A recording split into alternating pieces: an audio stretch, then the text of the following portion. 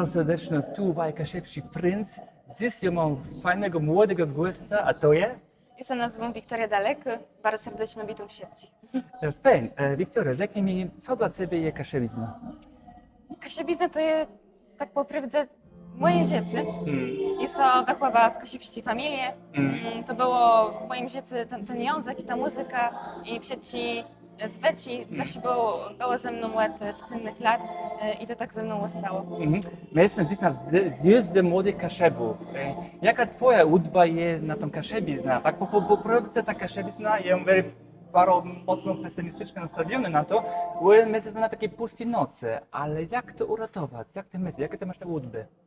No przede wszystkim ja myślę, że trzeba budzić w młodych latach tą kaszebską niewernotę. Żeby oni są nie byli tak, że oni są tymi kaszebami, bo ja mam takie wrażenie, że wśród młodych ludzi to jest tak coś, czego oni się bardzo wstydzą. To jest prawda. I to nie jest tak łatwo, żeby pokazać innym, że jem kaszebą, że to jest część mojej wernoty, mojej tożsamości. Bo to wtedy człowiek sobie wstawia na jaci taci niezrozumieni, na taką może pogardą czasami, bo młodzi ludzie są często tacy mało tolerancyjni.